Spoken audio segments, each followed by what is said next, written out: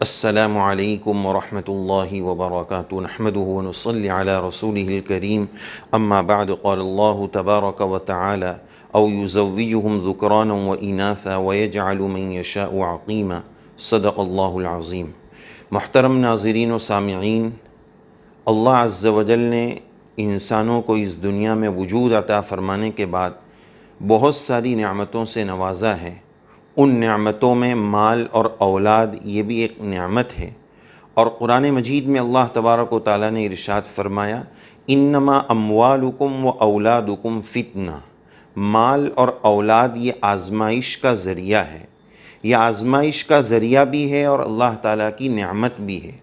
اور اللہ تعالیٰ نے نعمت کے تقسیم میں اپنا اصول یہ بنایا ہے کہ اپنی چاہت پر اس کو موقوف رکھا ہے۔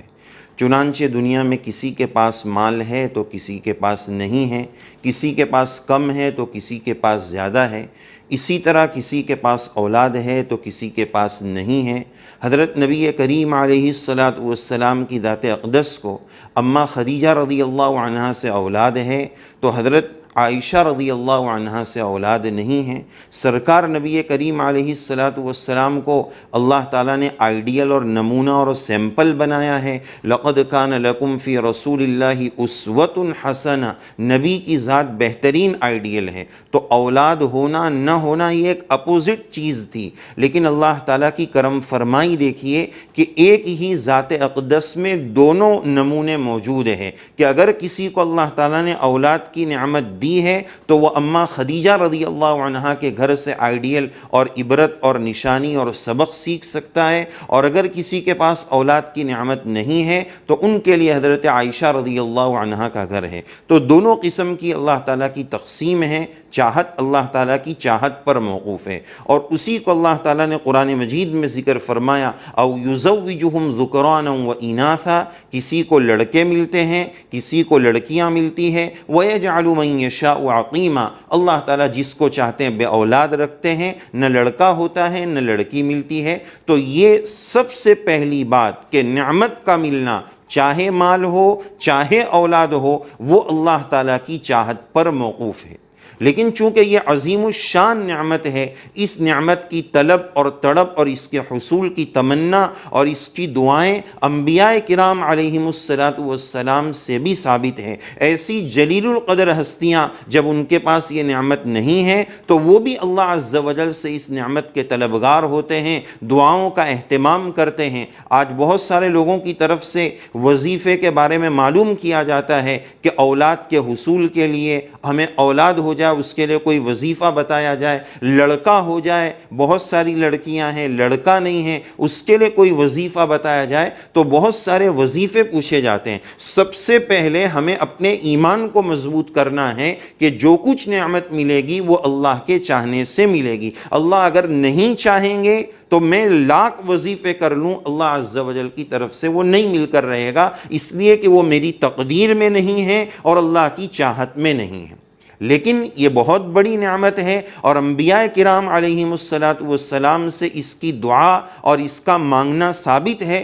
خود قرآن مجید میں اللہ تبارک و تعالیٰ نے حضرت ابراہیم خلیل اللہ علیہ السلام کی دعا کو ذکر فرمایا، رب هب لی من الصالحین، رب هب لی من الصالحین، رب هب لی من الصالحین۔ اور حضرت زکریا علیہ السلام کی دو دعا اس تعلق سے قرآن مجید میں موجود ہے، رب لا تذرنی فردا وانت خیر الوارثین، 17ویں پارے میں آیت موجود ہے، دعا ہے، رب لا تذرنی فردا، یا اللہ آپ ہمیں اکیلا نہ چھوڑیے، ہمیں ہمارا وارث عطا فرما دیجئے، وانت خیر الوارثین، آپ بہترین وارث ہیں۔ تو یہ دوسری دعا ہوئی، رب لا تذرنی فردا وانت خیر الوارثین۔ اور تیسری دعا وہ بھی حضرت زکریا علیہ السلام سے ثابت ہے، رب هب لی من لدنک ذریۃ طیبہ، رب هب لی من لدنک ذریۃ طیبہ انک سمیع الدعاء۔ تو یہ تین دعائیں اولاد کے حصول کے لیے قرآن مجید میں موجود ہیں، اور یاد رکھنا چاہیے بہت سارے وظیفے لوگ بتاتے ہیں، ٹوٹکے بتاتے ہیں، طریقے بتاتے ہیں، جتنے بھی وظیفے بتائے جائیں، لیکن ہمارا یہ یقین ہونا چاہیے کہ رب العالمین نے جو قرآن مجید میں وظیفہ بتایا ہے، اور جلیل القدر ہستیاں انبیاء کرام علیہم السلام، خلیل اللہ ابراہیم علیہ السلام جیسی ہستی نے جو دعا پڑھی ہوگی، اس سے اہم تو کوئی دعا اور اس سے اہم کوئی وظیفہ ہو ہی نہیں سکتا ہے۔ اس پر میرا یقین اور ہمارا ایمان ہونا چاہیے۔ تو سب سے اہم ترین وظیفہ کہ اگر ہم اولاد کے متمنی ہیں، دعاؤں کا اہتمام چاہتے ہیں، تو ان 3 دعاؤں کا اہتمام کریں۔ یہ قرآن مجید میں موجود ہے۔ اسی طرح اولاد کے حصول کے لیے چوتھے نمبر پر قرآن مجید میں ایک اہم ترین وظیفہ یہ موجود ہے، استغفروا ربکم، اپنے رب سے کثرت کے ساتھ استغفار کرو، مغفرت مانگو، اپنے گناہوں کی سچی توبہ کرو۔ اس پر کیا کیا ملے گا؟ آگے اللہ تعالیٰ نے ذکر فرمایا سورہ نوح میں، وَيُمْدِدُكُمْ بِأَمْوَالٍ وَبَنِينَ، کہ اللہ تعالیٰ اس کی برکت سے مال اور بنین، لڑکے دیں گے، اولاد دیں گے۔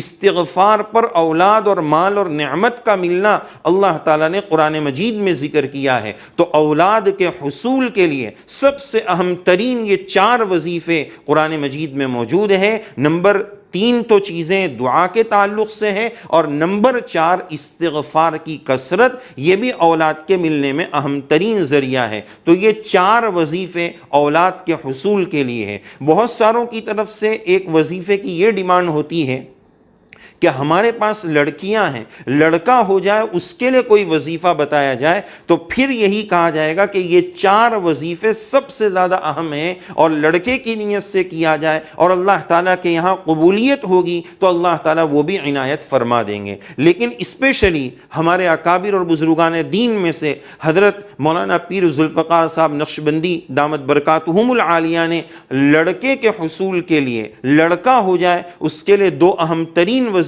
ذکر فرمائے ہیں، ذکر کیے ہیں۔ اس میں سے ایک وظیفہ یہ ہے کہ سورہ یوسف میں تقریباً آیت نمبر 19 ہے، اس کا ایک ٹکڑا ہے، یا بشرا ھذا غلام، یا بشرا ھذا غلام۔ اس کے بارے میں وظیفہ سمجھیے کہ ہر نماز کے بعد 21 مرتبہ سورہ یوسف کی آیت نمبر 19 کا یہ ٹکڑا، یا بشرا ھذا غلام، 21 مرتبہ 21 ٹائمز 21 مرتبہ اس ٹکڑے کو پڑھنا ہے، اس حصے کو پڑھنا ہے، یا بشرا ھذا غلام۔ آگے پیچھے درود شریف، پہلے درود شریف، پھر 21 مرتبہ اس آیت کے حصے کو پڑھنا ہے، اور پھر اخیر میں درود شریف پڑھنا ہے، یا بشرا ھذا غلام، یا بشرا ھذا غلام۔ 21 مرتبہ پڑھ کر آگے پیچھے درود شریف پڑھنا ہے۔ یہ ایک وظیفہ لڑکے کے لیے حضرت نے بتایا ہے۔ دوسرا وظیفہ خاص طور پر لڑکے کے لیے یہ بھی ذکر کیا ہے کہ جس دن میاں بیوی کو ملاپ کرنا ہو اور تعلق بنانا ہو، اس دن یہ چاہیے کہ 3 مرتبہ یا 2 مرتبہ دن میں کیلا استعمال کیا جائے، کیلا کھایا جائے، اور اس کیلے پر 11 مرتبہ 11 ٹائمز 11 مرتبہ یا ولیو پڑھا جائے، یا ولیو 11 مرتبہ پڑھا جائے، 2 یا 3 مرتبہ کیلے پر یہ عمل کیا جائے، اور دن میں 2 یا 3 کیلے اس طرح کھائے جائیں، اور پھر اس رات کو اور اس موقع پر ملاپ کیا جائے۔ اگر مقدر میں ہوگا تو اللہ تعالیٰ لڑکا عنایت فرمائیں گے۔ لیکن بہرحال ان وظائف کے باوجود ہمارا ایمان اللہ کی ذات پر ہونا چاہیے کہ دینے والی ذات اللہ کی ہے، وظائف اللہ تعالیٰ ہی کی طرف سے بتائے گئے، دعائیں قرآن مجید ہی نے ذکر فرمائی ہے، لیکن دعا کی قبولیت اسی ذات کی قدرت میں ہے۔ اللہ تبارک و تعالیٰ جتنے اولاد کے متمنی ہیں سب کو نیک صالح اولاد نصیب فرمائے۔ جن کو اولادیں ملی ہے اللہ تعالیٰ ان کی اولادوں کو ان کے ماں باپ کا فرما بردار بنائے، ان کی آنکھوں کی ٹھنڈک بنائے، اور رب العالمین کا بھی مطیع اور فرما بردار بنائے۔ اللہ تعالیٰ ہم سب کو اپنی ذات عالی کا مطیع اور فرما بردار بنائے، آمین یا رب العالمین۔ وآخر دعوانا ان الحمد للہ رب العالمین۔